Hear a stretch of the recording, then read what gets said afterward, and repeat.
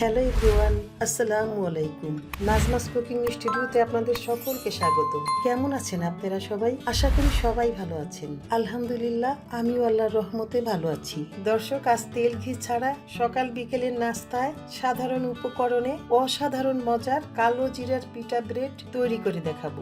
দর্শক, আশা করি এই সহজ ও অতি স্বাস্থ্যকর এই মজার রেসিপিটি আপনাদের অনেক ভালো লাগবে।